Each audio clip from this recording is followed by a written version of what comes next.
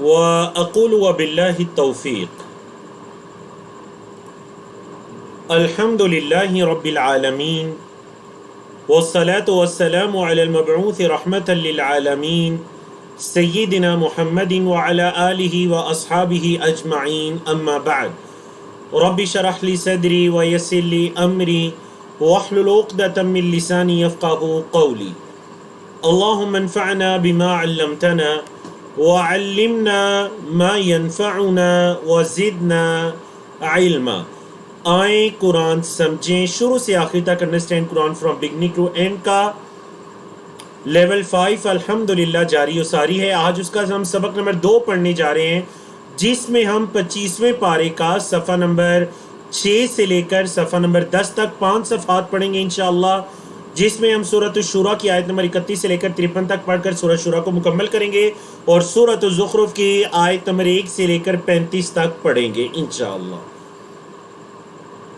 Course کے مقاصد اور کورس کا تعارف آپ کے سامنے ہے. تو چلتے ہیں جی قرآن مجید کے پیج 487 کی طرف. 25واں پارہ ہے اور اس پیج پر آیات 32 سے لے کر 43 تک کی آیات ہے. سورۃ الشورى چل رہی ہے. کل بھی آپ نے سورت کو پڑھا تھا، مکی سورت، عقیدہ توحید، کائنات میں پھیلی اللہ کی نشانیاں تفصیل کے ساتھ اس سورت میں بیان ہوئی ہیں. اللہ رب العزت کے اسماء صفات وغیرہ بھی بیان ہوئے ہیں. فرمایا اعوذ باللہ من الشیطان الرجیم ومن آیاتہ، اور اس کی نشانیوں میں سے، یعنی کس کی؟ یعنی اللہ کی نشانیوں میں سے. الجواری، الجوار جاریتن کی جمع ہے. آپ اردو میں کہتے ہیں نا جی صدقہ جاریہ، صدقہ جاریہ. کیوں اس کو صدقہ جاریہ کہتے ہیں؟ کیونکہ اس کا اجر و ثواب بندے کے مرنے کے بعد بھی جاری رہتا ہے. اس کا اجر و ثواب جاری رہتا ہے، صدقہ جاریہ. تو جاریتن کی جمع ہے الجواری. اس اللہ کی نشانیوں میں سے ہیں چلنے والیاں. کہاں چلنے والی ہیں اللہ؟ فی البحر، سمندر میں. کیسے؟ کل اعلام، پہاڑوں کی مانند. عالم کی جمع ہے اونچے بلند و بالا، جو ایک نشانی ہوتی ہے دور سے دکھائی دینے والے پہاڑ، ان کی مانند سمندروں میں چلنے والی یہ کشتیاں، بحری جہاز. آپ دیکھ لیجئے اتنے بڑے بڑے بحری جہاز کے ایک ایک بحری جہاز پر پورا پورا شہر آباد ہوتا ہے. فرمایا ان یشا، اگر وہ اللہ چاہے، یسکن الریح، ہوا کو روک دے. اسکن یسکن واسلم یسلم، اگر وہ اللہ چاہے تو ہوا کو سکون دے دے، روک لے. تو کیا ہو؟ فیظللن، جمع مؤنث ہے، ذل یذل سے، فیظللن، تو وہ ہو جائیں، مطلب وہ کشتیاں ہو جائیں، رواقدہ، راقدۃ کی جمع ٹھہری ہوئی، علی ظہرہ، اپنی پیٹھ کے بل. مطلب یہ کشتیاں سمندر میں چلتی ہیں، اگر اللہ ہوا روک لے تو یہ تو اپنی جگہ پر ہی ٹھہری رہیں گی. ان فی ذالک، بے شک اس میں، لآیات، البتہ نشانیاں ہیں، لکل صبار، ہر بہت صبر کرنے والے، شکور، بہت شکر کرنے والے. دونوں مبالغہ کے صیغے ہیں جو آپ لیول 5 میں پڑھ چکے تھے، ہر سب لیول 4 میں پڑھ چکے ہیں. ہر بہت صبر کرنے والے، بہت شکر کرنے والے کے لیے اس میں بہت سی نشانیاں ہیں. اچھا، یا تو اللہ ہوا کو روک لے. دوسرا، او یوبقہن، او بقا یوبکو، اسلم یسلم کے وزن پر. او یوبق، یا وہ ہلاک کر دے، ہن، ان کو، یعنی ان کشتیوں کو ڈبو دے. کیوں؟ بما کسبو، ان پر جو لوگ سوار ہیں ان کی کمائیوں کے سبب. کمائیوں سے مراد یہاں اعمال ہے، یعنی ان کے اعمال کے سبب اللہ اگر ان کو ہلاک کر دے تو اللہ کر سکتا ہے. اللہ ہوا کو روک لے یا اللہ ان کو ہلاک کر ڈالے ان کی کمائیوں کے باعث، اللہ قادر ہے ان چیزوں پر. لیکن اللہ کی حکمت، وَيَعْفُ عَنْ كَثِيرٍ، اللہ بہت سو کو معاف کرتا ہے. وَيَعْفُ، اور وہ معاف کرتے ہیں، عن کثیر، بہت زیادہ لوگوں کو. فرمایا وَيَعْلَمَ الَّذِينَ، اور وہ لوگ جانتے ہیں جو یجادلون، جھگڑتے ہیں، فی آیاتنا ہماری نشانیوں میں، ہماری آیات میں جو لوگ جھگڑتے ہیں، ما لہم من محیص، ان کا کوئی چھٹکارا نہیں، ان کا کوئی چھٹکارا نہیں ہوگا۔ فما اوتیتم، پس جو تم دیے گئے ہو، من شیئن کچھ بھی، فمتاع الحیات الدنیا، تو وہ دنیا کی زندگی کا فائدہ ہے۔ جو چیز تمہیں دی گئی ہے، یاد رکھو یہ دنیا میں جو تمہیں دیا گیا یہ دنیا کی زندگی کا متاع ہے، یہ مت سمجھو کہ یہ ہمیشہ رہے گا۔ اچھے سے اچھا گھر ہے، خزانہ ہے، پراپرٹی ہے، بڑے بڑے مالدار بندے بھی جاتے ہیں، سب کچھ چھوڑ کر جاتے ہیں۔ وَمَا عِندَ اللَّهِ خَيْرٌ، اور جو اللہ کے پاس ہے وہ بہتر ہے، وَأَبْقَى، اور زیادہ رہنے والا ہے۔ کس کے لیے؟ کس کے لیے ہے وہ جو اللہ کے پاس ہے؟ لِلَّذِينَ آمَنُوا، ایمان والوں کے لیے، ان لوگوں کے لیے جو ایمان لائے، وَعَلَى رَبِّهِمْ يَتَوَكَّلُونَ، اور وہ اپنے رب پر توکل کرتے ہیں۔ جو اللہ کے پاس ہے وہ ان کے لیے ہے۔ اللہ اکبر۔ تو اس سے پتہ چلا ایمان اور توکل دونوں چیزیں کس قدر ضروری ہیں، کہ اللہ فرما رہے جو اللہ کے پاس ہے وہ بہتر ہے، زیادہ رہنے والا ہے، ایمان والوں کے لیے اور توکل کرنے والوں کے لیے۔ اللہ اکبر۔ اللہ پر بھروسہ کرنا، اور یاد رکھیے گا اللہ پر بھروسہ کرنا اس کا یہ مطلب نہیں ہے کہ آپ اسباب کو چھوڑ چھاڑ کر بیٹھ جائیں۔ بعض بندے یہ سمجھتے ہیں کہ جی میرا اللہ پر توکل ہے، اللہ رزق دے گا۔ اللہ رزق دے گا، لیکن آپ کو حرکت بھی کرنی پڑے گی۔ یاد رکھیے گا اسباب کو اختیار کرنا، کوشش کرنا، کاوش کرنا، تگ و دو کرنا، یہ چیز توکل کے منافی نہیں ہے، یہ چیز توکل کے منافی نہیں ہے۔ فرمایا والذین، اور وہ لوگ جو یجتنبون، بچتے ہیں، کس سے بچتے ہیں جی؟ کبائر الاثم، کبیرہ گناہوں سے، والفواحش، اور فحاشی کے کاموں سے۔ وہ لوگ جو کبیرہ گناہوں اور فحاشی کے کاموں سے بچتے ہیں، وَإِذَا مَا غَضِبُوا، اور جب وہ غصے ہوتے ہیں، ہم یغفرون، تو معاف کرتے ہیں۔ جب غصہ ہوتے ہیں تو کیا کرتے ہیں؟ معاف کر دیتے ہیں۔ تو اللہ کے نیک بندوں کی دیکھیں نا کتنی اچھی صفات بیان ہوئی۔ پہلی صفت کیا بیان ہوئی؟ للذین آمنوا، جو ایمان لائے۔ دوسرا وعلی ربہم یتوکلون، اللہ پر توکل کرتے ہیں۔ تیسرا کبیرہ گناہوں سے بچتے ہیں۔ چوتھا فحاشی کے کاموں سے بچتے ہیں۔ پانچواں جب غصے ہوتے ہیں تو معاف کر دیتے ہیں۔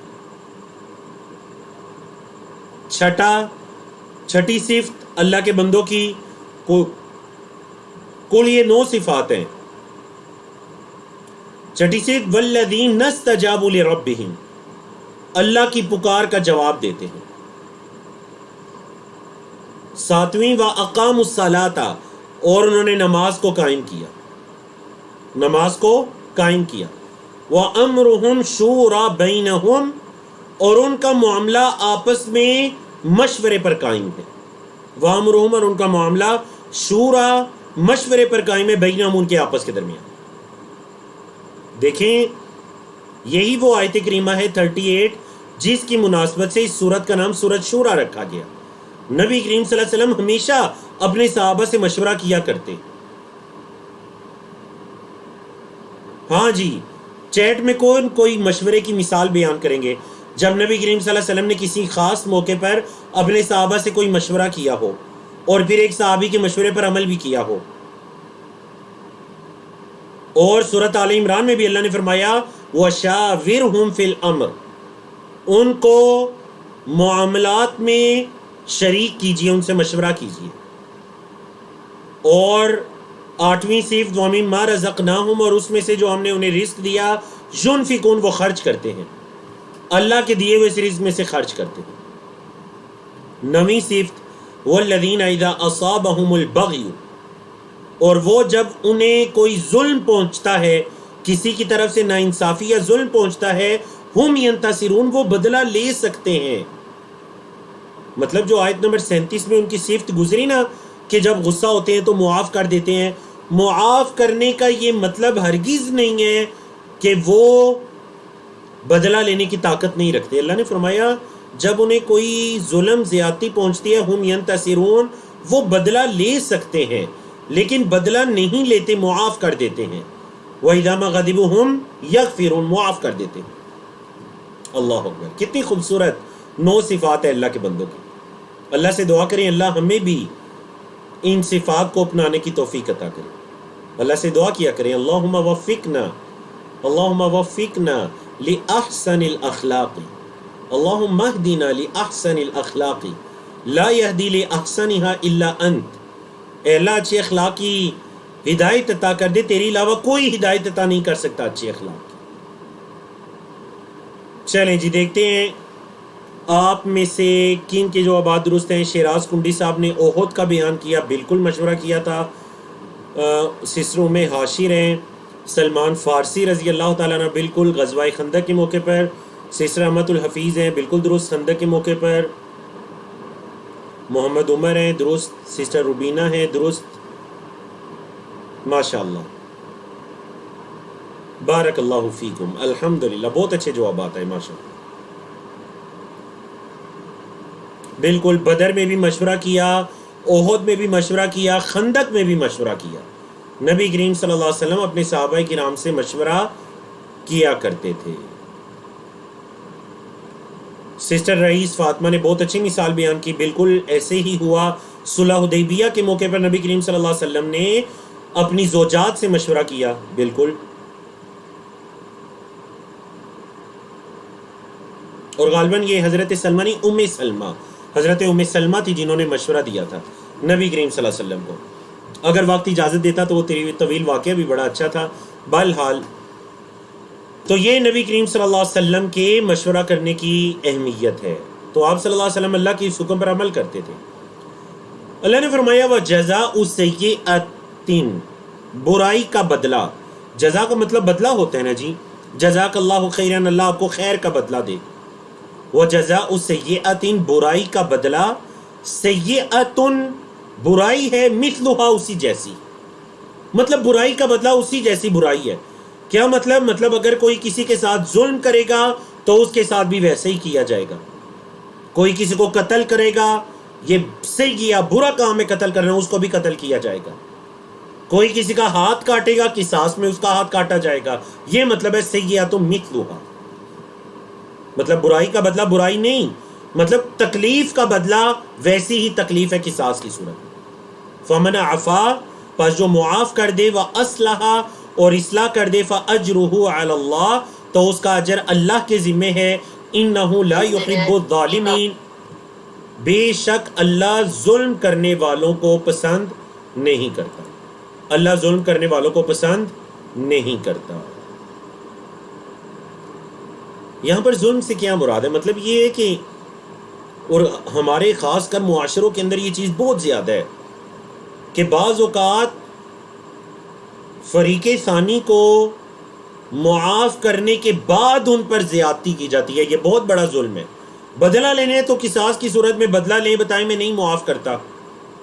قتل کا بدلہ قتل ہے، یا اگر وہ قتل عمد وغیرہ ہے یا قتل خطا وغیرہ ہے تو اس کے بدلے میں قصاص لیا جا سکتا ہے، مطلب اس کا بدلہ سونٹ لیے جا سکتے ہیں. ایک انسان کہ نہیں میں معاف کرتا ہوں، میں معاف کرتا ہوں، لیکن پھر اس کے باوجود قاتل کو کوئی نقصان پہنچائے، یہ بہت بڑا ظلم ہے. اللہ ظلم کرنے والوں کو پسند نہیں کرتا. وَلَمَنِ انتصر، اور البتہ جس نے بدلہ لیا، بعد ظلمہ، ظلم کے بعد، مطلب اس پر ظلم ہوا، اس نے اس کا بدلہ لیا، فَأُولَئِکَ، تو یہی وہ لوگ ہیں، مَا عَلَیہم مِن سبیل، ان پر کوئی راستہ نہیں ہے. مطلب جب تم نے کسی سے بدلہ لے لیا، اب کیوں انہیں تنگ کرتے ہو، یا اب کیوں تم ان کا رہنا تم تنگ کر دیتے ہو، انہیں مزید مصیبت میں ڈالتے ہو یا تکلیف دیتے ہو؟ کوئی راستہ نہیں ہے. جب بدلہ لے لیا تو بات ختم. مطلب قاتل کو قتل کر دیا گیا تو اس کے خاندان کے باقی افراد کو تنگ نہ کیا جائے. دیکھیے شریعت اسلامیہ کی تعلیمات کس قدر خوبصورت تعلیمات ہیں، غور کیجئے نا. اور ہمارے معاشروں کے اندر اکثر یہ غلطیاں ہوتی ہیں یا نہیں؟ اللہ اکبر.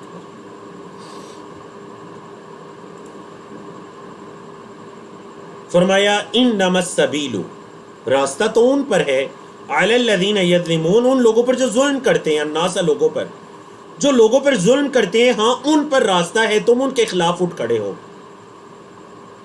وَيَبْغُونَ فِي الْأَرْضِ، اور زمین میں بغاوت کرتے ہیں، بغیر الحق، بغیر حق کے، زمین میں بغیر حق کے بغاوت کرتے ہیں. اولئک، یہی وہ لوگ ہیں، لہم عذاب علیم، ان کے لیے دردناک عذاب ہے. وَلَمَنْ صَبَرَ، اور البتہ جو صبر کرے، وَغَفَرَ، اور معاف کر دے، إِنَّ ذَلِكَ لَمِنْ عَزْمِ الْأُمُورِ، تو بے شک یہ، ذالک یہ یعنی معاف کرنا. دیکھیں اتنا چیزیں اللہ نے بیان کرنے کے بعد فرمایا جو صبر کر کے معاف کر دیں، تو یہ کیسا کام ہے؟ لمن عزم الامور، یہ بڑے پختہ ارادوں والا کام ہے. ہر کسی کو یہ توفیق نہیں ملتی معاف کرنے کی. اللہ اکبر. حدیث کے اندر صبر کو کیا کہا گیا ہے آپ کے علم میں ہے؟ حدیث میں صبر کو کہا گیا ہے وَالصَّبْرُ ضِيَاءٌ، صبر ضیاء ہے، روشنی ہے. صبر کرنا یہ کیا ہے؟ بولیں ضیاء ہے، روشنی ہے. قرآن مجید میں سورج کے لیے ضیاء کا لفظ استعمال کیا گیا. جعل الشمس ضیاءً، اللہ نے سورج کو ضیاء بنایا. بعض علماء کرام نے بڑا خوبصورت نقطہ اٹھایا، انہوں نے کہا دیکھیں سورج کو بھی ضیاء کہا گیا ہے، صبر کرنے والوں کو بھی ان کے صبر کو بھی ضیاء کہا گیا ہے، تو دونوں کی آپس میں مطابقت کیا ہے؟ مطلب یہ کہ سورج پورے جہاں کو روشنی دیتا ہے لیکن خود وہ گرمی میں جلتا ہے، لیکن سارے جہاں کو روشن کر جاتا ہے. صبر کرنے والے کی بھی یہ مثال ہے، اندر سے شاید اس کا نفس اس کو دباتا ہو، شیطان اس کو وسوسے ڈالتا ہو کہ تم نے کیوں معاف کر دیا، تم کمزور ہو، لوگ کیا کہیں گے، لیکن وہ صبر کرتا ہے. یاد رکھیے اس کا یہ کام اس کے لیے روشنی کا باعث ہے، دنیا میں بھی روشنی، آخرت میں بھی روشنی. اللہ، کتنا خوبصورت نقطہ. بعض علماء کرام، عرب علماء کرام سے ہم نے یہ ایک مرتبہ ایک لیکچر میں سنا تھا کہ حدیث کے اندر صبر کو ضیاء کہا گیا، قرآن میں سورج کو ضیاء کہا گیا. صبر اور سورج کے اندر یہ چیز کامن ہے کہ دونوں دوسروں کو روشنی فراہم کرتے ہیں، خود بے شک جلتے ہیں. تو صبر کرنے والا اس کو چاہیے کہ وہ یہ سوچے کہ چلیں اگر مجھے شیطان برگلا بھی لایا، اعوذ باللہ من الشیطان الرجیم پڑھیے، اور کہ یہ نہیں، میں روشنی کو اختیار کروں گا، میں ضیاء کو اختیار کروں گا، یہ انشاءاللہ دنیا میں بھی میرے کام آئے گا، اور کل آخرت کا دن تو بڑے اندھیروں والا دن ہوگا، یوم الظلمہ، اندھیروں والا دن ہوگا قیامت کا دن. یہ اس دن بھی میرا صبر میرے لیے روشنی فراہم کرے گا. اللہ اکبر. اللہ ہمیں توفیق عطا کرے. صفحہ نمبر 488، پارہ نمبر 25 ہے، اس میں آیات 44 سے لے کر 51 تک کی آیات ہیں. اللہ رب العزت نے فرمایا وَمَن يُضْلِلِ اللَّهُ، اور جس کو اللہ گمراہ کرے، فَمَا لَهُ مِن وَلِيٍّ، کوئی اس کا کارساز نہیں، من بعدہ، اس اللہ کے بعد. جس کو اللہ گمراہ کر دے کون اس کو گمراہی سے بچا سکتا ہے. وَتَرَى الظَّالِمِينَ، اور آپ دیکھیں گے ظالموں کو، لَمَّا رَأَوُا الْعَذَابَ، جب وہ عذاب کو دیکھیں گے، یقولون، وہ کہیں گے، هَلْ إِلَى مَرَدٍ، مرد کا مطلب ہے لوٹنا، هَلْ إِلَى مَرَدٍ، کیا لوٹنے کی طرف من سبیل، کوئی راستہ ہے. ظالم جب عذاب کو دیکھیں گے تو کہیں گے کیا یہاں سے واپسی کا کوئی راستہ ہے، ہم پلٹ جائیں. وَتَرَاهُمْ، اور آپ انہیں دیکھیں گے، يُعْرَضُونَ عَلَيْهَا، وہ اس پر پیش کیے جائیں گے، مطلب آگ پر، کیونکہ عربی زبان میں نار کا لفظ مونس استعمال ہوتا ہے، جہنم کا لفظ بھی مونس استعمال ہوتا ہے، تو اس لیے يُعْرَضُونَ عَلَيْهَا، جب وہ آگ پر پیش کیے جائیں گے، خاشعین من الذل، رسوائی سے وہ پست ہوں گے، ذلت کے اندر وہ پڑے ہوں گے، ذل ذلت رسوائی میں. ینظرون، وہ دیکھ رہے ہوں گے، من طرف خفی، طرف خفی کا کیا مطلب ہے جی؟ ٹیڑھی نگاہوں سے چھپ چھپ کر دیکھ رہے ہوں گے اس عذاب کو، اور جس کے اندر وہ جانے والے ہیں. یعنی آپ نے کبھی یہ اس چیز کا مظاہرہ کیا نا کہ بعض اوقات جس بندے کو سزا ملنے والی ہوتی ہے وہ ٹیڑھی نگاہوں سے اپنی سزا کو دیکھ رہا ہوتا ہے، یہ کل قیامت کے دن ان ظالموں کی حالت ہوگی. اللہم لا تجعلنا منہم، اللہم لا تجعلنا من هؤلاء الظالمین، اللہم لا تجعلنا من هؤلاء الظالمین. وقال الذین آمنوا، اور ایمان والے کہیں گے، کیا کہیں گے جی؟ ان الخاسرین، بے شک خاسرین تو وہ ہیں، کون؟ الذین خاسروا انفسہم، جنہوں نے اپنے آپ کو خسارے میں ڈالا، آج تو خسارے میں وہ ہیں، وَأَهْلِهِمْ، اور اپنے گھر والوں کو بھی خسارے میں ڈالا یوم القیامت، قیامت کے دن ایمان والے پکار اٹھیں گے۔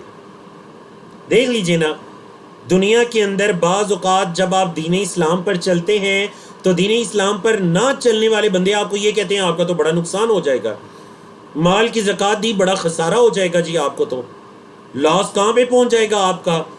اچھا جی، اگر آپ نے قربانی کی، حج کیا، تو آپ تو بہت بیک میں چلے جائیں گے، آپ تو ریورس جانا شروع ہو جائیں گے، آپ تو جو انویسٹمنٹ ہے وہ نکالیں گے، نقصان ہو جائے گا، خسارہ ہو جائے گا۔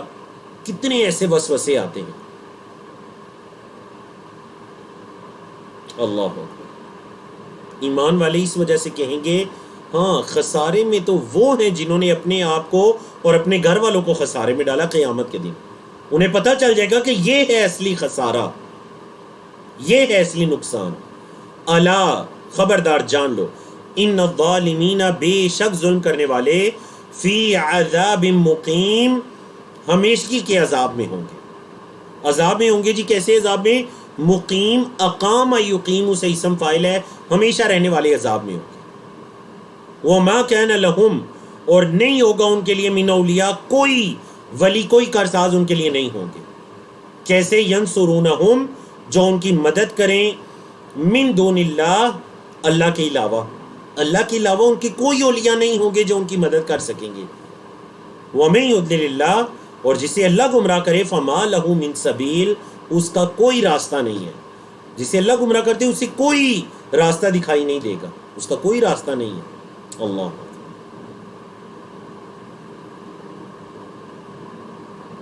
تو قیامت کے دن کے تذکرے کے بعد اللہ نے پھر حکم دیا، استجیبوا لربکم، اے ایمان والو اللہ کی بات کا جواب دو، اللہ کی بات مانو، قبول کرو۔ کب؟ من قبلی، اس سے پہلے، ان یأتی یوم، یہ کہ وہ دن آ جائے، لا مرد لہ، کوئی اس کا لوٹنا نہیں ہے، من اللہ، اللہ کی طرف سے۔ مطلب وہ دن آ جائے گا اللہ کی طرف سے، اس دن کا واپس پلٹنا نہیں ہوگا، مرد نہیں ہے اس کا، رد یرد سے ہے، کوئی اس دن کا پلٹنا لوٹنا نہیں ہے۔ ما لکم، نہیں ہوگا تمہارے لیے، من ملجأ یومئذ، اس دن کوئی پناہ۔ ملجا کس کو کہتے ہیں جی؟ کوئی پناہ،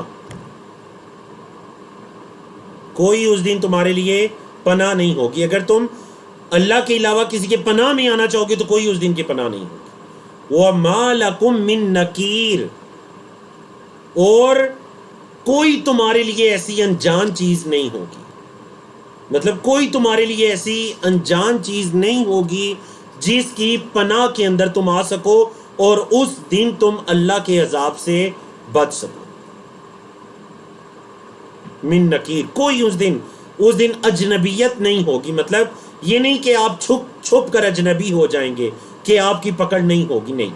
من نکیر، کوئی اس دن چھپنا، اجنبیت، اصل میں نکرہ بھی اسی سے ہے نا کہ کوئی اس دن، معرفہ خاص کو کہتے ہیں، نکرہ عام کو، تو اس دن کوئی ایسی اجنبیت نہیں ہوگی یا عدم معرفت نہیں ہوگی۔ فَإِنْ أَعْرَضُوا، پس اگر وہ اعراض کریں، اے محمد صلی اللہ علیہ وسلم آپ کی بات نہ مانے، اعراض کریں، فَمَا أَرْسَلْنَاكَ، تو نہیں ہم نے آپ کو بھیجا، عَلَيْهِمْ، ان پر، حفیظا، نگہبان۔ اگر وہ اعراض کرتے ہیں تو ہم نے آپ کو ان پر کوئی نگہبان تو نہیں بنا کر بھیجا۔ إِنْ عَلَيْكَ إِلَّا الْبَلَاغُ، نہیں ہے آپ پر مگر پہنچا دینا، آپ کے ذمے تو بس پہنچا دینا۔ وَإِنَّا، اور بے شک ہم، اذا اذقنا الانسان، جب ہم چکھاتے ہیں انسان کو، منا، اپنی طرف سے، رحمتن، رحمت، فرح بہا، تو بڑا خوش ہو جاتا ہے۔ جب ہم انسان کو اپنی طرف سے کوئی رحمت، کوئی فضل، کوئی نعمت چکھاتے ہیں تو بڑا خوش ہو جاتا ہے۔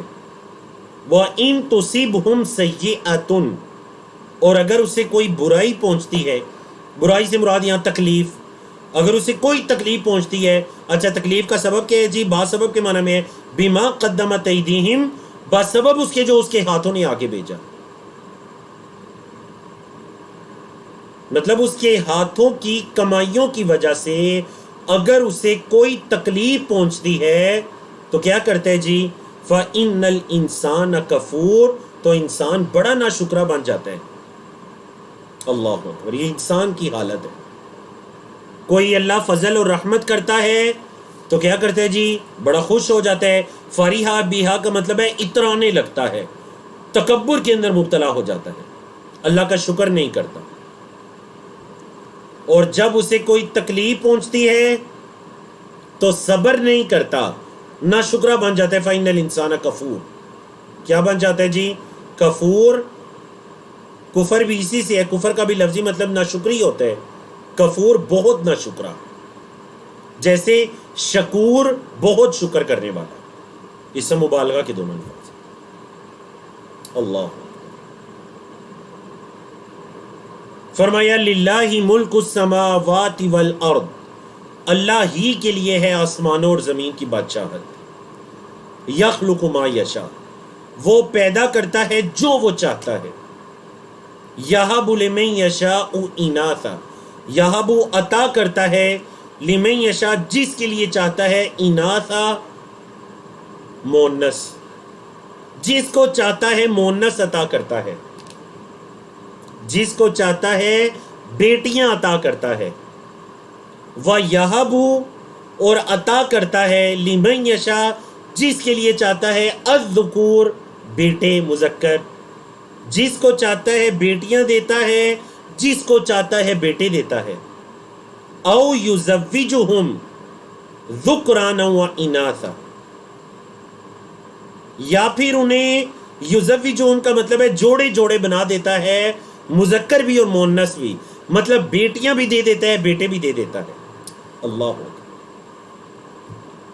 یہ اللہ کی دین ہے. وَيَجْعَلُ، اور وہ بناتا ہے، مَن یشاء جس کو چاہتا ہے، عقیما بانج، جس کو چاہتا ہے بانج بناتا ہے. انہ علیم قدیر، بے شک وہ علم رکھنے والا، قدرت والا. کتنی خوبصورت آیت ہے. یاد رکھیے گا بیٹیوں کا ذکر پہلے ہوا، آیت کریمہ میں دیکھیے نا، بیٹیوں کا ذکر پہلے ہوا. یہب لمن یشاء اناثا، جس کو چاہتا ہے بیٹیاں عطا کرتے ہیں. نبی کریم صلی اللہ علیہ وسلم نے فرمایا جس کی 3 بیٹیاں ہوئی اس نے بڑے اچھی طرح سے ان کی پرورش وغیرہ کی، ان کا حق ادا کیا، اس کے لیے جنت ہے. اور دیگر فضیلتیں بھی ہیں.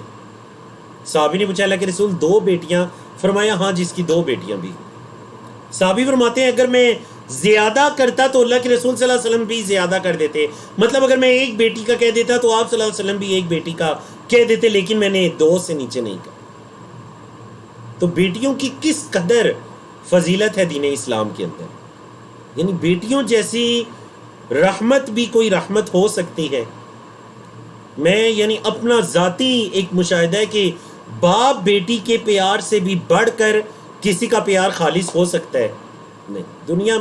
دنیا میں شاید باپ بیٹی جیسے پیار کی کوئی اور آپ کو مثال نہ مل سکے.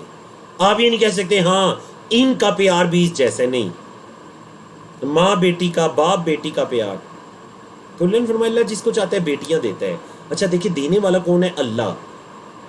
تو کیا مجھے اور آپ کو یہ حق پہنچتا ہے کہ ہم کسی کو یہ کہیں کہ جی فلاں کی تو صرف بیٹیاں ہوتی ہیں؟ نعوذ باللہ من ذالک. کیوں؟ کیونکہ نعوذ باللہ کیا ہم اللہ کی تقدیر پر اعتراض کرنا چاہتے ہیں؟ کیونکہ اللہ فرما رہا ہے یہب، وہ عطا کرتا ہے، عطا کرنے والی ذات تو وہ ہے. یاد رکھیے گا یہب سے یہ اللہ کی صفت ہے. وہاب نام ہے، عبد الوہاب، وہاب کا بندہ، بہت عطا کرنے والا، بہت دینے والا. وہ عطا کرتا ہے جس کو چاہتا ہے بیٹیاں. پھر دوسرے نمبر پر فرمایا جس کو چاہتا ہے بیٹے. تیسرے نمبر پر فرمایا جس کو چاہتا ہے بیٹے بیٹیاں عطا کرتا ہے. چوتھے نمبر پر فرمایا جس کو چاہتا ہے بانج بنا دیتا ہے، نہیں اولاد دیتا، اللہ کی مرضی. انہ علیم قدیر، وہ علم والا، قدرت والا.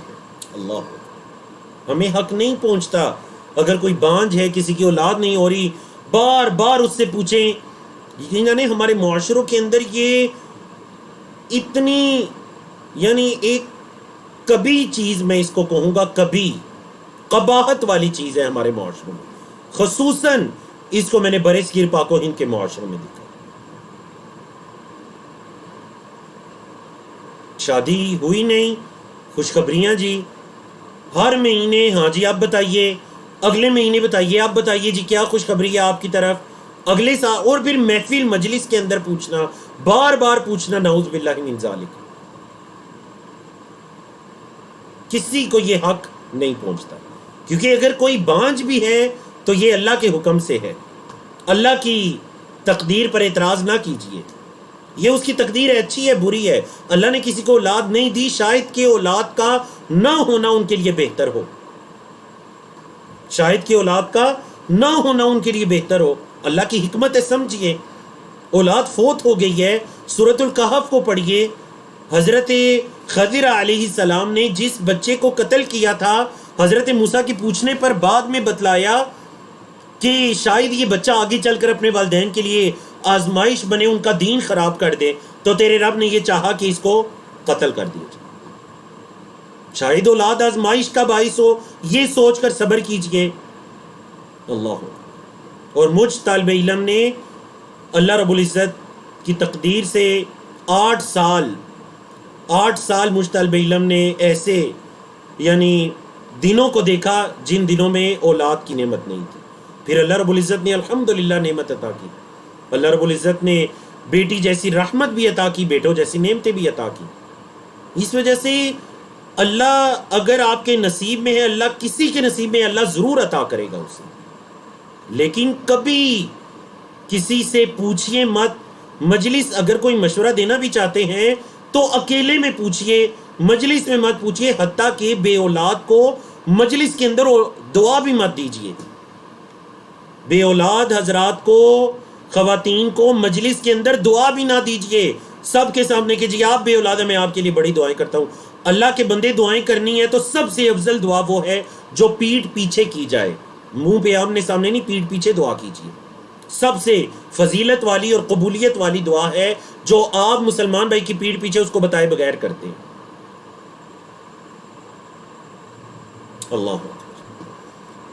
تو بہرحال بڑی خوبصورت آیت ہے. ہمیں اپنے معاشرے میں، معاشرتی حالات میں اس آیت کو، لوگوں کو لازماً اس آیت کی اویئرنیس دینی چاہیے، انہیں آگہی دینی چاہیے کہ بیٹیاں ہیں تو اللہ کے حکم سے ہے، بیٹے ہیں تو اللہ کے حکم سے ہے، بیٹے بیٹیاں دونوں ہیں تو اللہ نہیں ہے تو اللہ کے حکم سے ہے. آپ کیوں اللہ کی تقدیر پر انگلی اٹھاتے ہیں؟ آپ کیوں کسی کو تانا دیتے ہیں، پوچھتے ہیں کسی سے بار بار؟ اللہ اکبر. بڑی خوبصورت آیت کریمہ، آیت نمبر 51، جس میں اللہ رب العزت نے وحی کی 3 صورتوں کو بیان کیا. وَمَا كَانَ لِبَشَرٍ، کسی انسان کو یہ زیب نہیں دیتا، اَن يُكَلِّمَهُ اللَّهُ، کہ اللہ اس سے کلام کرے، یعنی بالکل آمنے سامنے اللہ اس سے کلام کرے. کسی انسان کے لیے یہ نہیں ہے. ہاں اللہ پھر کیسے کلام کرتا ہے؟ 3 طریقے اللہ نے وحی کے بیان فرمائے. پہلا الا وحیًا، وحی کے ذریعے سے. یہاں وحی سے مراد کیا ہے؟ مطلب اللہ دل میں کوئی بات ڈال دیتا ہے، یا انبیاء رسول کو اللہ سچے خواب دکھا دیتا ہے. وحیًا، وحی کے ذریعے. نمبر 2 او من وراء حجاب، یا پردے کے پیچھے سے، یا پردے کے پیچھے سے. جیسے حضرت موسیٰ علیہ السلام سے اللہ رب العزت نے پردے کے پیچھے سے کلام کیا. تیسری صورت او یرسل رسولا، یا اللہ کسی پیغمبر کو، کسی فرشتے کو بھیجتا ہے. اللہ کسی میسنجر کو میسیج دے کر، وحی دے کر بھیجتا ہے. فیوحی، پس وہ وحی کرتا ہے باذنہ، اس اللہ کے حکم سے، ما یشاء، جو وہ اللہ چاہتا ہے. اس اللہ کے حکم سے جو اللہ چاہتا ہے وہ فرشتہ وحی کرتا ہے. انہ علی حکیم، بے شک وہ اللہ بلند و بالا حکمت والا ہے. یہ اس اللہ کی شان ہے کہ وہ بلند و بالا حکمت والا ہے. اللہ اکبر. سورت کو مکمل کرتے ہیں. سورۃ شورى فرمایا وَكَذَلِكَ أَوْحَيْنَا إِلَيْكَ، اور اسی طرح ہم نے آپ کی طرف وحی کی. کیا وحی کی جی؟ روحا من امرنا، اپنے حکم سے روح. مفسرین نے کہا یا روح سے مراد قرآن مجید ہے، وحی ہے. ہم نے اپنے حکم سے آپ کی طرف وحی کی، قرآن کو وحی کی. روحن، روح سے مراد قرآن. ما کنت تدری، آپ نہیں جانتے تھے. اے محمد صلی اللہ علیہ وسلم آپ نہیں جانتے تھے مل کتاب کہ کتاب کیا ہے، ولل ایمان اور نہ ہی ایمان کو. اے محمد صلی اللہ علیہ وسلم آپ تو کتاب سے ناواقف تھے، حتیٰ کہ آپ تو پڑھے لکھے بھی نہیں تھے. جب جبریل امین پہلی مرتبہ وحی لے کر آئے آپ صلی اللہ علیہ وسلم پر تو اتنا روب طاری ہو گیا کہ آپ جا کر ام المومنین حضرت خدیجہ کو کہتے ہیں کہ لقد خشیت علی نفسی، مجھے تو اپنی جان کے لالے پڑ گئے، مجھے تو اپنی نفس کا، اپنی جان کا ڈر پڑ گیا ہے، پتہ نہیں زندہ رہوں گا یا نہیں. نیک بیوی کی صفات سنیے. میری اور آپ کی ماں، مومنوں کی ماں، ام المومنین حضرت خدیجہ بنت خویلد رضی اللہ تعالی عنہ و ارضاہا، انہوں نے کہا آپ کیوں پریشان ہوتے ہیں؟ دیکھ لیجئے نیک بیوی پریشانی کے اندر ایسا سلوک کرتی ہے اپنے خامدوں کے ساتھ. وہ یہ نہیں کہتی کہ ہاں ٹھیک ہے میں آپ کو پہلے منع کرتی تھی، کیوں جی ایسا ہوتا ہے یا نہیں، میں نے آپ کو پہلے سے کہہ دیا تھا ایسا مت کریں، یہ ہوگا وہ ہوگا. مزید ملامت کرنے والی بیوی نہیں. حضرت خدیجہ کی سیرت کو اپنائیے. نبی کریم صلی اللہ علیہ وسلم کو تسلی دے رہی ہیں، غار ہرا پر آپ پر خوف طاری ہو گیا تو آپ کیوں اپنے آپ پر ڈر رہے ہیں؟ انک لتصل الرحم، دیکھیں آپ تو صلہ رحمی کرتے ہیں، رشتوں کو ملاتے ہیں. آپ تو جو مشقت والا ہوتا ہے اس کی مدد کرتے ہیں، اس کا بوجھ اٹھا لیتے ہیں. آپ تو جو مظلوم ہوتا ہے اس کی مدد کرتے ہیں.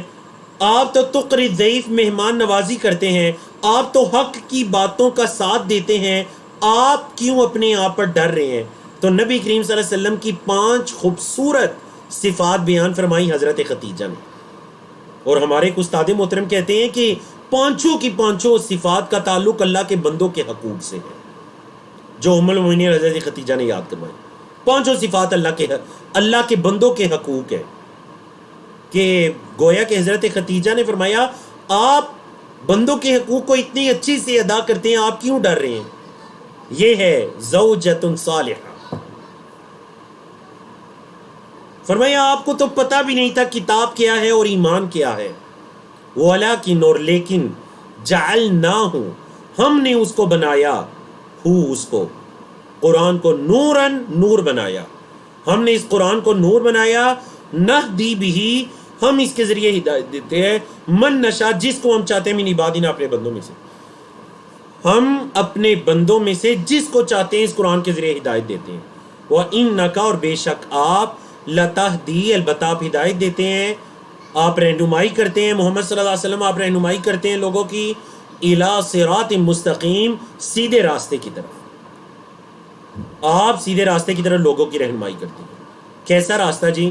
صراط اللہ، اللہ کا راستہ. الذی لہو وہ اللہ کی اسی کے لیے ہے، ما فی السماواتی جو آسمانوں میں ہے، وما فی الارض اور جو زمین میں ہے. الا خبردار جان لو، اللہ اللہ ہی کی طرف تسیر الامور تمام معاملات اللہ ہی کی طرف لوٹائے جائیں گے. تمام امور اللہ ہی کی طرف لوٹائے جائیں گے. تو الحمدللہ الذی بنعمتہ تتم الصالحات. اللہ رب العزت کی توفیق سے ہم نے سورۃ شورى کو مکمل کیا. اور آپ ذرا غور کیجئے تو دیکھیں سورۃ شورى کی ابتدا بھی قرآن مجید کے تذکرے سے ہوئی تھی. قرآن اللہ کی وحی ہے، اللہ کا پیغام ہے، اور اس سورت کی انتہا بھی قرآن مجید کے تذکرے سے ہوئی.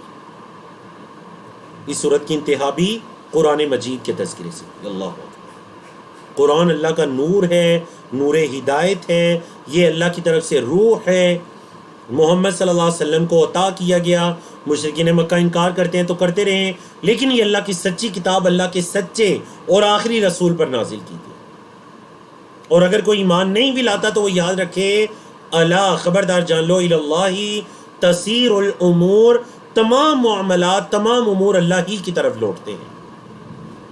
اللہ تو چلیے جی الحمدللہ اللہ رب العزت کی توفیق سے ہم نے سورۃ شورى کو مکمل کیا. تو اب ہم سورۃ زخرف کو شروع کرتے ہیں. آپ ذرا ایک مرتبہ سورت کے موضوعات کو پڑھ لیجیے جی.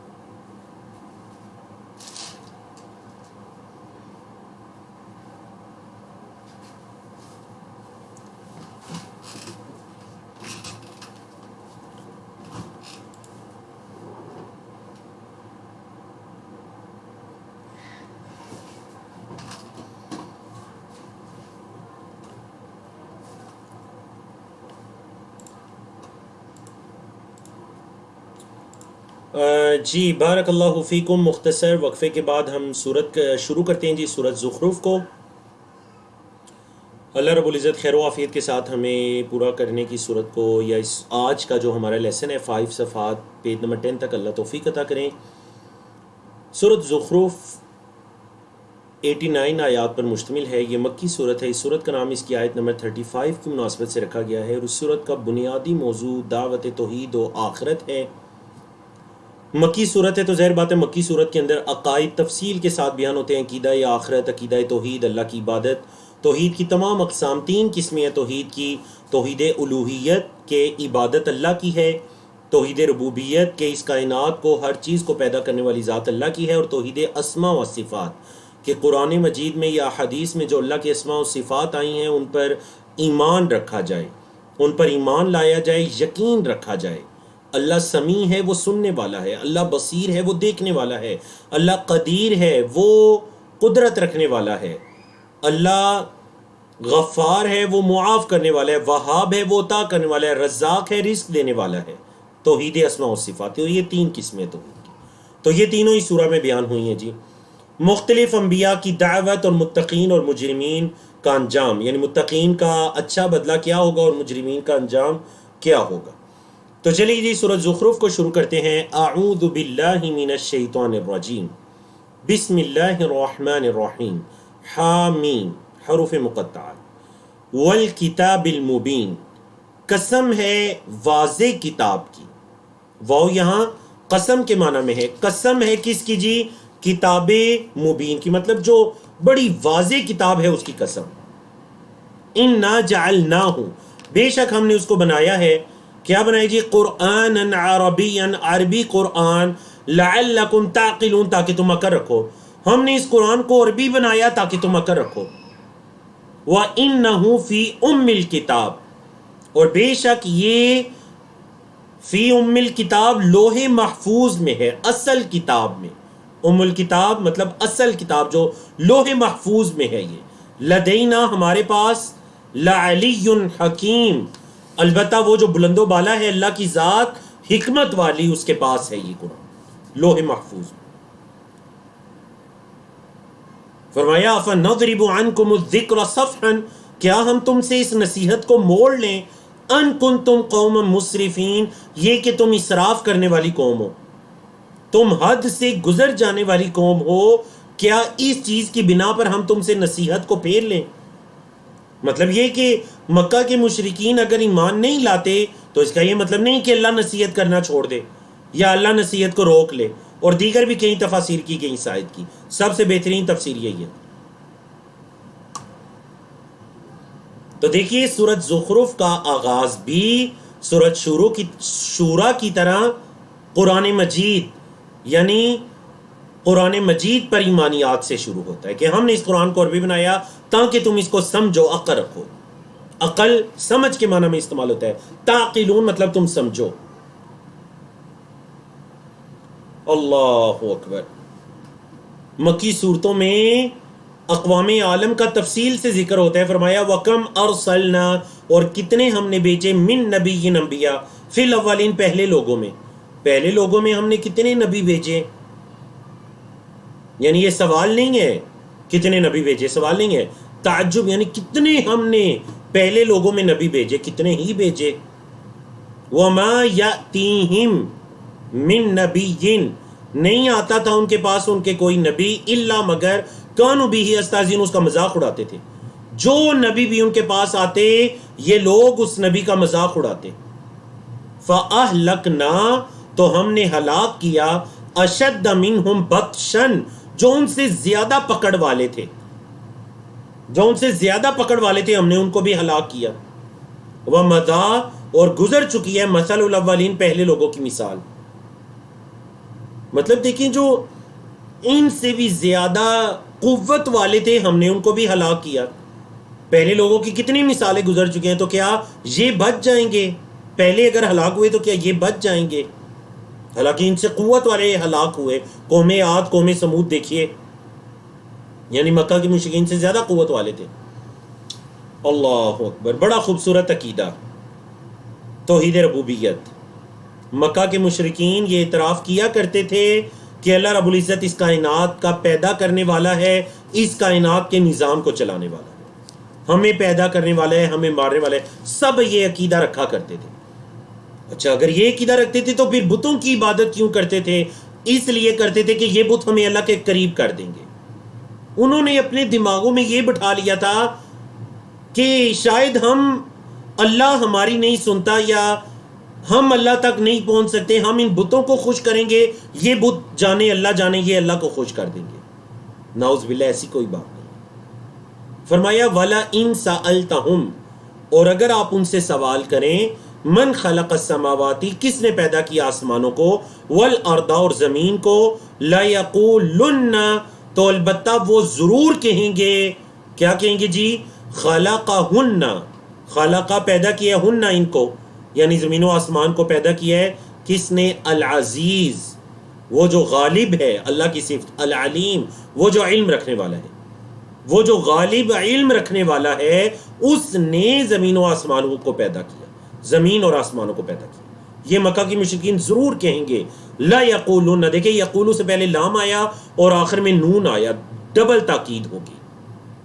فرمایا الذی، وہ اللہ جس نے جعل لکم الارض، بنایا تمہارے لیے زمین کو، مہدن، فرش، زمین کو اللہ نے تمہارے لیے بڑا نرم تمہارے لیے بچھونا بنا دیا۔ وجعل لکم، اور بنایا تمہارے لیے، فیہا، اس زمین میں، چونکہ عربی میں ارض کا لفظ مونس استعمال ہوتا ہے تو فیہا، اس زمین میں اللہ نے تمہارے لیے بنایا، سبیل کی جمع سبل، راستے، اللہ نے تمہارے لیے اس زمین میں راستے بنا دیے، کیوں؟ لعلکم تہتدون، تاکہ تم ہدایت پاؤ۔ ہدایت کا مطلب کیا ہے جی؟ تاکہ تم راستہ معلوم کرو۔ دیکھیں نا، یہ راستے نہ ہوتے تو دوسری جگہ پر پہنچنا کس قدر مشکل ہوتا۔ یہ اللہ کی توفیق ہے کہ اللہ نے تمہارے لیے زمین کو تمہارے لیے مسخر کر دیا، تمہارے انڈر بنا دیا، تم جب چاہو جس راستے کو جہاں موڑ سکتے ہو۔ والذی، وہ ذات جس نے، نزل من السماء، نازل کیا آسمان سے، ماءً، پانی، بقدر، ایک اندازے کے مطابق، اس اللہ نے آسمان سے ایک اندازے کے مطابق پانی اتارا۔ فانشرنا، پس ہم نے پھیلا دیں، بھی، اس پانی کے ساتھ، ذریعے، اس پانی کے ذریعے بلا دیں، یا کیا کر دیا ہم نے؟ نشر، نشر کا مطلب ہوتا ہے زندہ کر دینا، نکال دینا، پھیلا دینا۔ بلدۃ میتا، مردہ زمین کو۔ بلدہ اصل میں جدید عربی زبان میں بلد، ان کا مطلب کیا ہوتا ہے؟ کنٹری، ملک کے معنی میں یوز ہوتا ہے۔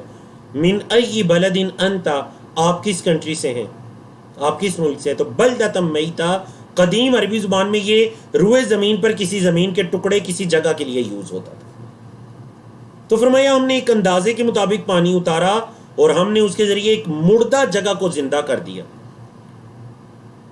ہاں، تو اللہ بارش کی مثال، اور بارش کے ذریعے مردہ زمین سے مراد یہ ہے کہ دیکھیں جب زمین سے گندم، باجرہ، مکئی کی فصل کاٹ لی جاتی ہے تو زمین کیسی ہو جاتی ہے؟ بالکل خشک، ایسے لگتا ہے اب تو یہ دوبارہ کبھی اگے گی نہیں۔ اللہ بارش نازل کرتا ہے، پھر وہ لہلہا اٹھتی ہے، چند ہزار بیجوں سے لاکھوں بیج دوبارہ بن جاتے ہیں۔ اللہ نے فرمایا کذالک تخرجون، اسی طرح تم بھی نکالے جاؤ گے۔ فعل مجہول ہے پیسیو وائز، تخرجون، تم بھی نکالے جاؤ گے۔ مطلب اگر وہ اللہ سال کے بعد پانی کو نازل کر کے زمین کو زندہ کر سکتا ہے تو اللہ تمہیں تمہاری قبروں سے کیوں نہیں اٹھا سکتا؟ اسی طرح تم بھی اٹھائے جاؤ گے۔ تو زمین کے دوبارہ سرزب ہونے میں قیامت کے دن کی ایک عظیم یاد دہانی ہے، قرآن مجید میں کئی مقامات پر بیان ہوئی۔ چلیں جی، آج کا سیکنڈ لاسٹ پیج ہے 490، 25واں پارہ ہے جس کا صفحہ نمبر 15 ہے، یا نہیں سوری 15 نہیں ہے بلکہ اس کا صفحہ نمبر 9 ہے۔ صفحہ نمبر 9 ہے جس کی آیات 12 سے لے کر، یعنی اس پیج پر آیات 12 سے لے کر 23 تک کی آیات ہیں۔ مزید اللہ کی نشانیاں سنیے جی۔ مکی صورتوں میں اللہ کی آیات تفصیل سے بیان ہوئی ہیں۔ فرمایا والذی خلق الازواج کلھا، اللہ تو وہ ذات ہے جس نے ہر طرح کے جوڑوں کو پیدا کیا۔ وجعل لکم اور پیدا کی بنایا تمہارے لیے من الفلکی کشتیوں میں سے والانعامی اور چوپاہوں میں سے ما ترکبون جس پر تم سوار ہوتے ہو. اس اللہ نے تمہارے لیے سواری کے لیے دو چیزیں بنائیں، کشتیاں اور چوپائے، گھوڑا، اونٹ وغیرہ یا گدھا وغیرہ، تم اس پر سوار ہوتے.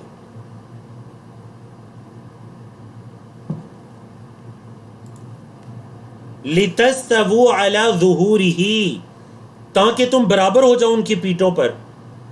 ثُمَّ تَذْكُرُوا پھر تم یاد کرو، ذکر کرو، نعمت ربکم اپنے رب کی نعمت کو یاد کرو.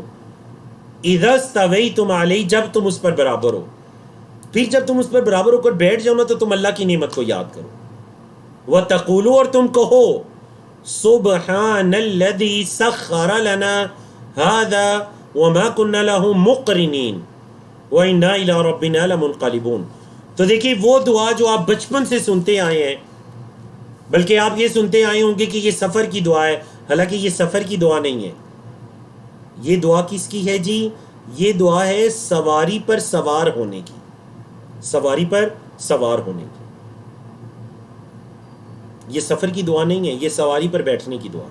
کیونکہ اللہ نے فرمایا جب تم ان کی پیٹھوں پر برابر ہو جاؤ، اس سواری پر سوار ہو جاؤ تو تم اللہ کی نعمت کو یاد کرو، کتنا اللہ کا فضل ہے. اور تم ایسے کہو سبحان الذی پاک ہے وہ ذات جس نے سخر لنا ھذا اس کو ہمارے تابع کر دیا، اس کو ہمارے انڈر کر دیا، ہمارے لیے اس کو مسخر کر دیا. وما کننا لہ مقرنین اور ہم تو اس پر غالب آنے والے نہیں تھے. مطلب ہم تو اس کو قابو کرنے والے، اس پر غالب آنے والے نہیں تھے. یہ سواری اگر بگڑ جائے تو ہم تو اس کو قابو نہیں کر سکتے. اور ابھی بقرہ عید گزری ہے، آپ نے دیکھا ہوگا کہ کوئی جب جانور بگڑ جاتا ہے تو 20 افراد مل کر بھی اس کو قابو نہیں کر سکتے. تو یہ اللہ ہے جس نے ان کو مسخر کر دیا، انسان کے انڈر کر دیا، تابع کر دیا. وَإِنَّا اور بے شک ہم إِلَىٰ رَبِّنَا اپنے رب کی طرف لَمُنْقَلِبُونَ البتہ لوٹنے والے ہیں. اور بے شک ہم البتہ اپنے رب کی طرف ہی لوٹنے والے ہیں. انقلب انقلبو یعنی منقلبون، لوٹنے والے ہیں. اللہ غور کریں ذرا.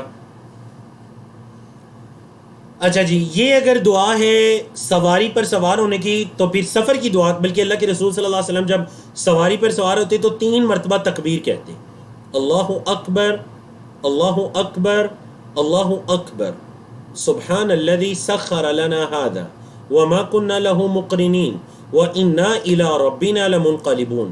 یہ سواری پر سوار ہونے کی دعا. سفر کی دعا اللہم انا نسألک فی سفرنا ھذا البر والتقوی، اور یہ طویل دعا ہے. اچھا، آپ میں سے ہر ایک کے گھر میں دعاؤں کی مختصر کتاب حصن المسلم ہونی چاہیے. حصن المسلم ہارڈ کاپی ہونی چاہیے. حصن المسلم میرا خیال ہے ہمارے برصغیر پاک و ہند میں وہ 15 20 30 روپے کی مل جائے گی. سعودی عرب کے اندر شاید وہ 2-3 ریال یا درہم کی مل جائے، UAE وغیرہ. چھوٹی سی کتاب، پاکٹ سائز، حصن المسلم. انگلش میں بھی ترجمہ موجود ہے، اردو میں بھی ترجمہ موجود ہے. شاید میں نے پہلے بھی کورس میں اس کتاب کا ذکر کیا ہے. یہ کتاب اپنے گھروں کے اندر رکھی. مجھے آج بھی اپنا زمانہ طالب علمی یاد ہے کہ جب ہم طالب علم تھے تو یہ کتاب ہماری یہ پاکٹ سائز ہے، اتنا سائز ہے اس کا، یہ کتاب ہماری پاکٹ میں ہوا کرتی تھی. 1 مہینہ آپ اس سے دیکھ کر دعائیں پڑھیں، آپ یقین جانیں 1 مہینوں کے بعد آپ وہ دعائیں زبانی پڑھ رہے ہوں گے. اس میں نمازوں کے بعد کے ذکر و اذکار بھی ہیں، صبح شام کے ذکر و اذکار بھی ہیں، رات کو سونے کے ذکر و اذکار بھی ہیں. یعنی نبی کریم صلی اللہ علیہ وسلم کے 24 گھنٹے کے ذکر و اذکار ہیں، روٹین ہے. 24 گھنٹے میں آپ صلی اللہ علیہ وسلم جو دعائیں مانگا کرتی تھی. حصن المسلم یہ کتاب لازمی اپنے گھروں میں رکھیے. اگر آپ کسی ایسے ملک میں ہیں جہاں پر یہ کتاب نہیں مل سکتی تو اس کا پرنٹ کروا لیجئے اس کتاب کو، انگلش ٹرانسلیشن کے ساتھ، اردو ٹرانسلیشن کے ساتھ. خود بھی اس سے دعائیں یاد کیجیے، اپنے بچوں کو بھی یاد کروائیے. یقین جانیے آپ کی زندگی خیر و برکت سے بھر جائے گی، جیسا کہ اللہ کے یہ بندے سواریوں پر بیٹھ کر دعائیں مانگتے ہیں. سبحان الذی سخر لنا ھذا وما كنا له مقرنین. وَجَعَلُوا لَهُ اور انہوں نے بنایا، مشرکین نے، من عبادہ اللہ کے بندوں میں سے جزء ایک حصہ، اللہ کے بندوں میں سے ایک حصہ مقرر کر لیا. ان الانسان، بے شک انسان، بے شک انسان، لکفور، البتہ ناشکرا ہے، مبین، کھلم کھلا واضح، کھلم کھلا واضح ناشکرا ہے انسان. کیا مطلب جی؟ اس نے اللہ کی مخلوقات میں سے، اللہ کے بندوں میں سے ایک حصہ مقرر کر لیا، جز، ایک پارٹ.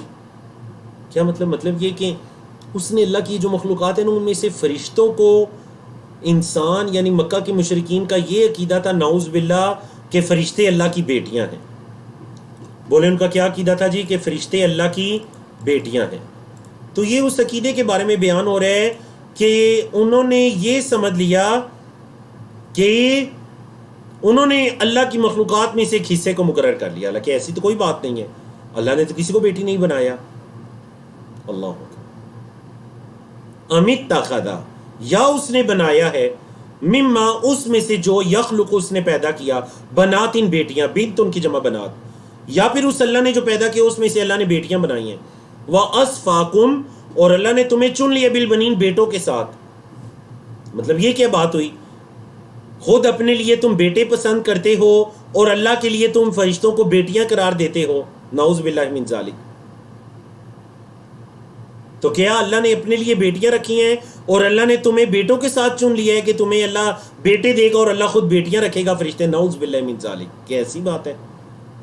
پھر اللہ نے فرمایا وَإِذَا بُشِّرَ أَحَدُهُمْ، اور جب ان میں سے کسی ایک کو خوشخبری دی جاتی ہے، کس چیز کی جی؟ بِمَا ضَرَبَ لِلرَّحْمَنِ مَثَلًا، جو رحمان کے لیے مثال بیان کرتا ہے، جو اللہ رحمان کے لیے مثال بیان کرتا ہے نا، بیٹیوں کی. جب ان میں سے کسی ایک کو خوشخبری دی جاتی ہے کہ تمہارے گھر بیٹی پیدا ہوئی ہے، ظل وجہہ مسودن، اس کا چہرہ سیاہ ہو جاتا ہے، وہو کظیم، اور وہ اس کیفیت کو چھپا رہا ہوتا ہے، پریشانی اور غم اور غصے کی کیفیت کو چھپانے والا کظیم. یہ کیا بات ہوئی؟ جب تمہیں بیٹی کا کہا جاتا ہے، یعنی چونکہ زمانہ جاہلیت کے اندر بیٹی کو پسند نہیں کیا جاتا تھا، نعوذ باللہ من ذالک. آج بھی اگر کسی معاشرے میں بیٹی کو ناپسند کیا جاتا ہے یا زیادہ بیٹیوں کے ہونوں کو ناپسند کیا، تو یاد رکھیے گا یہ زمانہ جاہلیت کا طور طریقہ ہے، شریعت اسلامیہ کا طور طریقہ نہیں ہے، جیسا کہ گزرا سورۃ شورى کے آخر میں. تو جب تم میں سے کسی کو خوشخبری دی جاتی ہے، اس کا چہرہ سیاہ ہو جاتا ہے، اتنا پریشان ہو جاتا ہے، غیظ و غضب میں آ جاتا ہے، تو پھر اللہ کے لیے تم بیٹیاں بناتے ہو. اللہ فرمایا آوا من ينشأ فی الحلیۃ، کیا وہ جو پرورش پائی گئی ہے فی الحلیۃ، زیورات وغیرہ میں، وہو فی الخصام، اور وہ یعنی وہ مخلوق بیٹیاں، مطلب فی الخصام، لڑائی جھگڑے میں، غیر مبین، بات واضح کرنے والی نہیں ہے. مطلب عورتوں کی دو صفات بیان ہوئی کہ ایک تو بڑے نازو نخرے کے ساتھ ان بیٹیوں کی پرورش ہوتی ہیں. دیکھیے بیٹیاں کس قدر ناز، لاڈ اور پیار کے ساتھ پلتی ہیں. تو اللہ نے فرمایا کہ کیا وہ جن کی پرورش بڑے ناز میں ہوتی ہے، حلیہ، بڑے زیب و زینت میں ان کی پرورش ہوتی ہے، زیورات وغیرہ میں، اور اگر کبھی لڑائی جھگڑا ہو جائے تو عورت اپنی بات کو بہت اچھے انداز میں واضح بھی نہیں کر سکتی، بہت اچھے انداز میں واضح بھی نہیں کر سکتی، تو کیا اللہ کے لیے تم ان کو بیٹیاں بنا رہے ہو؟ اللہ اللہ. فرمایا وَجَعَلُوا الْمَلَائِكَةَ، اور انہوں نے بنا دیا فرشتوں کو، الذین، وہ جو، ہم عباد الرحمن، وہ رحمان کے بندے تھے. فرشتے رحمان کے بندے تھے، مطلب اللہ کی مخلوق تھے. انہوں نے ان فرشتوں کو بنا دیا اناثا، مؤنث، بیٹیاں بنا دیا. اشاہدوا، کیا وہ حاضر ہوئے تھے، خلقہم، ان کی پیدائش کے وقت؟ کیا جب وہ بیٹیاں پیدا ہو رہی تھیں یا فرشتے پیدا ہو رہے تھے تو وہ اس وقت وہاں پہ موجود تھے؟ اگر تو موجود تھے تو ستکتب شہادتہم، ان کی گواہی کو لکھا جائے گا، ویسألون، اور ان سے ضرور سوال کیا جائے گا. اگر ایسی بات ہے تو ان کی گواہی کو لکھا جائے گا اور ان سے سوال کیا جائے گا. وقالو، اور انہوں نے کہا، لو شاء الرحمن، اگر رحمان چاہتا، ما عبدناہم، تو ہم ان کی عبادت نہ کرتے. مطلب ایک طرف سے فرشتوں کی عبادت کرتے تھے، جب انہیں منع کیا جاتا تو کہتے تھے اگر اللہ رحمان چاہتا تو ہم نہ عبادت کرتے فرشتوں کی، یہ تو اللہ نے چاہے تو ہم عبادت کریں. نعوذ باللہ من ذالک. ما لہم بذالک من علم، ان کا ما لہم نہیں ہے ان کے لیے بذالک اس کا من علم، کوئی علم. یہ جو بات کر رہے ہیں نا یہ جہالت پر مبنی بات ہے، انہیں اس کا کوئی علم نہیں ہے. ان ہم الا یخرصون، بس اپنے اندازے لگا رہے ہیں. سلیس اردو میں کہتے ہیں اٹکل پچو لگانا، مطلب اپنی طرف سے گڑی گڑی باتیں، من گڑت باتیں کر رہے ہیں، کوئی علم یا حقیقت پر مبنی بات نہیں کر رہے.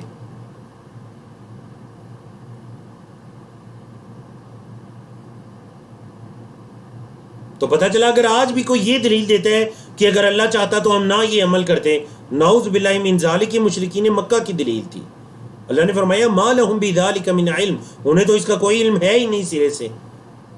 ام آتیناہم، یا ہم نے دی ہے انہیں کتاباً، کتاب من قبل، اس سے پہلے، یا ہم نے انہیں اس سے پہلے کوئی کتاب دی ہے، فہم بہی مستمسکون، اور اس کو تھامے ہوئے ہیں. ہاں کوئی ایسی بات ہے کہ کوئی پہلے اللہ کی کتاب آئی ہو، اس کتاب کو وہ تھامے ہوئے ہیں، اس کتاب کے اندر یہ لکھا ہوا ہے کہ فرشتے اللہ کی بیٹیاں، تو بتائیں کیا کوئی ایسی بات ہے؟ نہیں، نہ کوئی کتاب آئی ہے، نہ یہ فرشتوں کی پیدائش کے وقت موجود تھے، انہیں کیا پتا جو یہ بات کر رہے ہیں. بل قالو، بلکہ انہوں نے کہا، انا وجدنا آباءنا، بے شک ہم نے پایا اپنے آباء و اجداد کو، علی امتن، امہ کا مطلب یہاں طریقہ ہے، ہم نے اپنے آباء و اجداد کو ایک طریقے پر پایا، وَإِنَّا عَلَىٰ آثَارِهِمْ، اور ہم ان کے قدموں کے نشانات پر مہتدون، ہدایت دیے گئے ہیں، چلائے گئے ہیں. جیسے ہمارے ماں باپ کرتے ہیں بھئی ہم تو ویسے کر رہے ہیں. اللہ اکبر. اس دور کے اندر بھی یقین جانیے بعض بندوں کو یہ پتہ چل جاتا ہے کہ یہ درست ہے، یہ حق ہے، یہ کام کرنا چاہیے، یہ کام نہیں کرنا چاہیے. ایسے ان کے لیے واضح ہو جاتا ہے جیسے دوپہر کے وقت سورج واضح ہوتا ہے، لیکن اس کے باوجود انہیں توفیق نہیں ملتی. باپ دادا کا طور طریقہ چھوڑنا یہ کوئی آسان بات نہیں ہے، یہ اللہ کی خاص توفیق ہے جسے اللہ چن لے. تو مشرکین مکہ کی بھی یہ دلیل تھی کہ جی ہم نے اپنے آباء و اجداد کو ایسے کام کرتے ہوئے پایا، ہم تو انہی کے نقشے قدم پر چل رہے ہیں. آثار اثر کو کہتے ہیں قدموں کے نشانات. وَكَذَلِكَ، اور اسی طرح، ما ارسلنا من قبلک، نہیں ہم نے بھیجا آپ سے پہلے، فی قریۃ، کسی بستی میں، من نذیر، کوئی ڈرانے والا، الا مگر، قال مترفوها، اس کے عیاش پرست لوگوں نے کہا، جو عیاش پرست تھے، فقراء مساکین نہیں، فقراء مساکین میں سے اکثر ہدایت کو قبول کرنے والے تھے. دیکھ لیجئے قوم نوح کے اندر کیا ہوا تھا. قوم نوح کے جو سردار تھے الملأ، انہوں نے کہا اے نوح ہم تجھ پر ایمان لے آئیں گے، لیکن یہ کیا سارے ہم میں جو فقراء مساکین کمزور لوگ ہیں یہی تیرے پیچھے ہیں، تو ان کو اپنے آپ سے دور کر. کہا نہیں.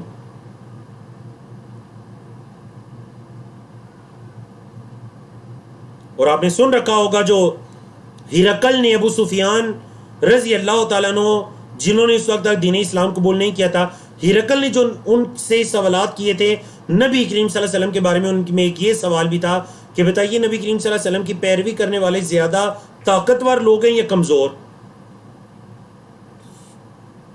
تو ابو سفیان نے فرمایا کمزور. ہرقل نے کہا ہاں، انبیاء رسول ایسے ہی ہوتے ہیں، ہر دور میں ان کے ماننے والا کمزور طبقہ ہوتا ہے. تو یہاں پر جو عیاش پرست، مترفو، خوشحال طبقہ، ان کے بارے میں اللہ نے فرمایا کہ ہم نے جس بستی میں بھی کوئی متنبع کرنے والا بھیجا، مگر اس بستی کے خوشحال طبقے نے کہا، عیاش پرست لوگوں نے کہا، کیا جی دیکھیں ایک تو وہ ہے خوشحال طبقہ جس کو اللہ نے مال عطا کیا، وہ اس مال کو اللہ کی راہ میں لگاتا ہے، اس کا حق ادا کرتا ہے، زکوٰۃ دیتا ہے، اللہ کے حق کو ادا کرتا ہے، مال کے حق کو ادا کرتا ہے، اللہ کے بندوں کے حق کو ادا کرتا ہے. اور ایک وہ مالدار طبقہ ہے جو مال کو روکے رکھتا ہے، نہ اللہ کے حق کو ادا کرتا ہے، نہ اللہ کے بندوں کے حق کو ادا کرتا ہے. یہ وہ خوشحال طبقہ ہے. انہوں نے کیا کہا، انا وجدنا آباءنا، بے شک ہم نے اپنے آباء و اجداد کو پایا علی امتن ایک طریقے پر، وَإِنَّا عَلَىٰ آثَارِهِم مُقْتَدُونَ، اور ہم تو ان کے قدموں کے نقش قدم پر، ان کے قدموں کے نشانات پر اقتدا کرنے والے ہیں، اس کے پیچھے چلنے والے ہیں۔ اللہ اکبر۔ تو چلیے جی آج کے آخری صفحے کی طرف چلتے ہیں۔ قرآن مجید کا صفحہ نمبر 491 ہے، 25واں پارہ ہے، جس میں آیات 24 سے لے کر 35 تک کی آیات ہیں۔ اللہ رب العزت نے فرمایا قال اولو جئتکم بأہدی، قال آپ صلی اللہ علیہ وسلم نے فرمایا اولو جئتکم، اگرچہ میں لایا ہوں تمہارے پاس، بأہدی زیادہ ہدایت والی، مما اس سے جو وجدتم تم نے پایا علیہ اس پر آباکم اپنے آباء و اجداد کو۔ کیا مطلب؟ سلیس ترجمہ سنیے۔ مطلب یہ کہ نبی یا رسول نے کہا کہ اگرچہ میں تمہارے پاس زیادہ ہدایت والی چیز لایا ہوں تمہارے آباء و اجداد کے دین سے، تو کیا پھر بھی تم میری بات نہیں مانو گے؟ میری رات زیادہ ہدایت والی ہے۔ اہدا اسم تفضیل ہے، سپرلیٹو ڈگری، زیادہ ہدایت والی۔ قالو انہوں نے کہا انا بے شک ہم بما ارسلتم بھی جس کے ساتھ تمہیں بھیجا گیا ہے، کافرون اس کا انکار کرتے ہیں، کفر کرتے ہیں۔ جو چیز دے کر تمہیں بھیجا گیا ہم اس کا انکار کرتے ہیں۔ اللہ نے فرمایا فانتقمنا منہم، ہم نے ان سے انتقام لیا۔ کیا مطلب؟ ہم نے انہیں سزا دی ان کے گناہوں کی، اور یہ ان پر ظلم نہیں تھا، ان کے اعمال کا بدلہ تھا۔ فانظر پس دیکھیے، کیف کان عاقبۃ المکذبین، تکذیب کرنے والوں کا انجام کیسا رہا۔ اللہ اکبر۔ مکی صورت انبیاء رسول کا تذکرہ تو آئے گا۔ وَإِذْ قَالَ إِبْرَاهِيمُ، اور جب کہا ابراہیم علیہ السلام نے، لِأَبِيهِ اپنے والد گرامی سے، وَقَوْمِهِ اور اپنی قوم سے، اِنَّنِي بے شک میں، بَرَاءٌ بری ہوں، بیزار ہوں، مِمَّا تَعْبُدُونَ اس سے جو تم عبادت کرتے ہو، میں اس سے بیزار ہوں۔ إِلَّا الَّذِي فَطَرَنِي سوائے اس کے جس نے مجھے پیدا کیا، فَإِنَّهُ سَيَهْدِينِ تو بے شک وہی مجھے ہدایت دے گا۔ میں اس کے علاوہ، اس اللہ کے علاوہ میں تم سے بیزار ہوں، بس میرا وہ رب ہے، اس نے مجھے پیدا کیا، وہی مجھے ہدایت دے گا۔ وَجَعَلَهَا اور انہوں نے بنایا، یعنی حضرت ابراہیم نے اس بات کو بنایا، مطلب اس ایک اللہ کی عبادت کو بنایا، کلمۃ باقیۃ باقی رہنے والی بات، فی عاقبہ اپنے پیچھے، مطلب اپنی آل اولاد میں، لعلہم یرجعون تاکہ وہ اللہ ہی کی طرف لوٹتے رہیں، غیر اللہ کی طرف مت لوٹیں۔ تو حضرت ابراہیم علیہ السلام دیکھ لیجیے اللہ رب العزت نے ان پر کتنا انعام کیا۔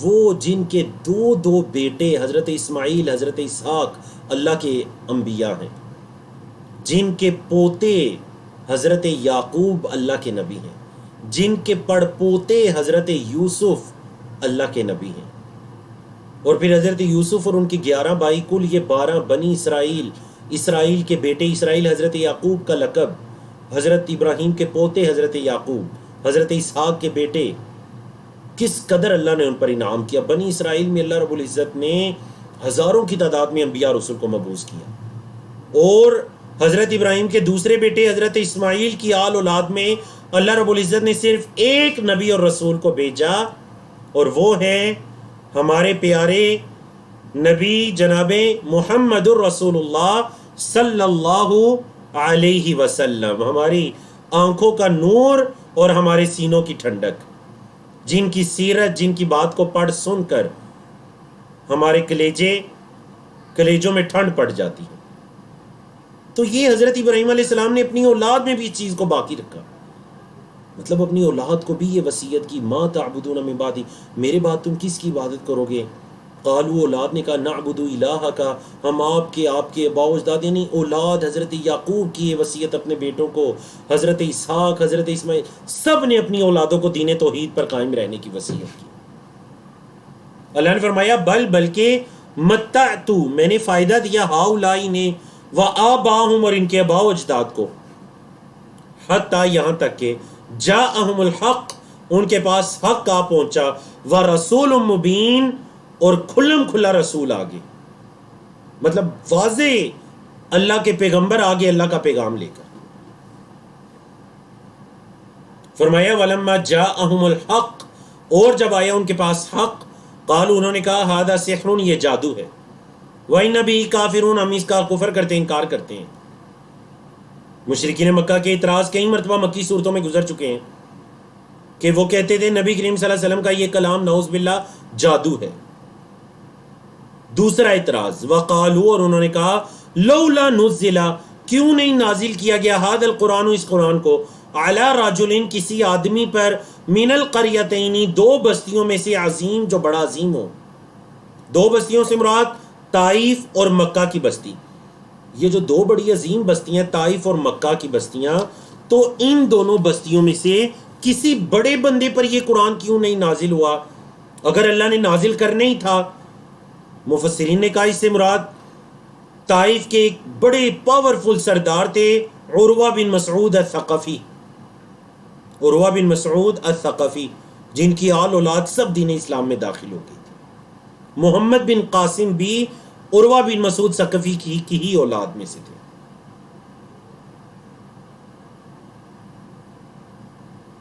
جی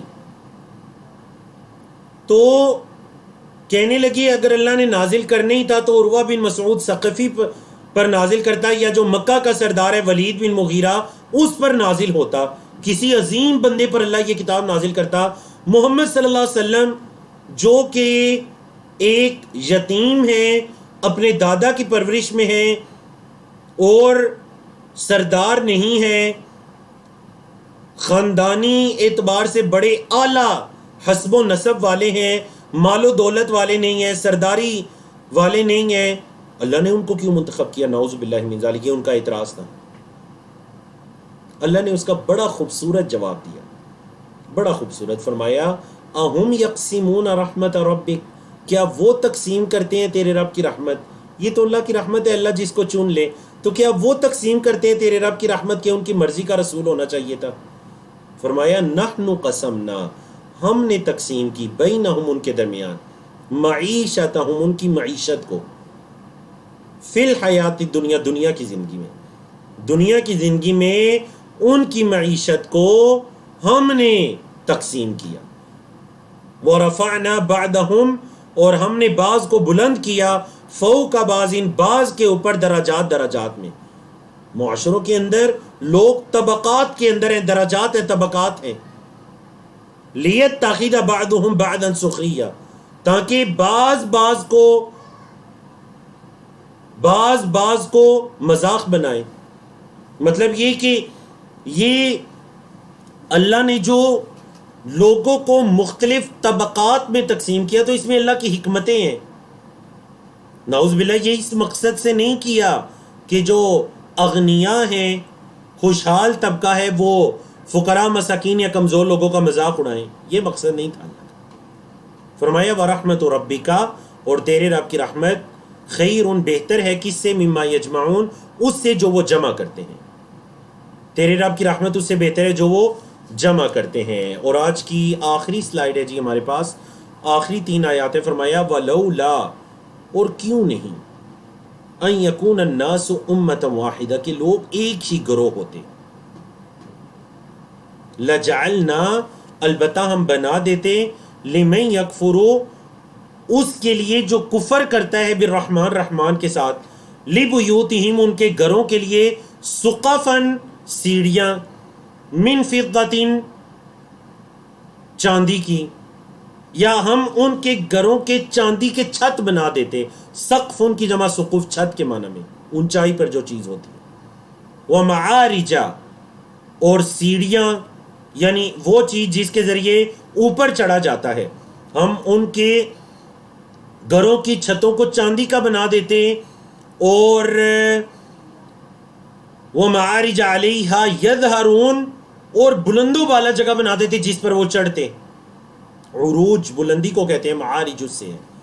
وَلِبُيُوتِهِمْ، اور ان کے گھروں کے، ابواباً، دروازے، وَسُرُرًا، اور ان کی جو چرپائیاں وغیرہ ہیں، تخت وغیرہ جس پر وہ بیٹھتے ہیں، مجلسیں، علیہا یتکیون، ان پر وہ ٹیکے لگاتے ہیں، وزخرفن، اور سونے کے، زخرف کا مطلب سونا، جو اس سورت کا نام بھی ہے، وَإِن كُلُّ ذَلِكَ لَمَّا مَتَاعُ الْحَيَاةِ الدُّنْيَا، یہ جتنا کچھ بھی ہے، مطلب اگر اس کے اندر کچھ فائدہ ہوتا تو ہم ان کے گھروں کے چھت چاندی کے بنا دیتے ہیں، ان کے یہ دروازے، ان کے تخت بھی چاندی یا سونے کے بنا دیتے ہیں اگر اس میں کچھ ہوتا، لیکن نہیں، اس کی کوئی حقیقت نہیں ہے۔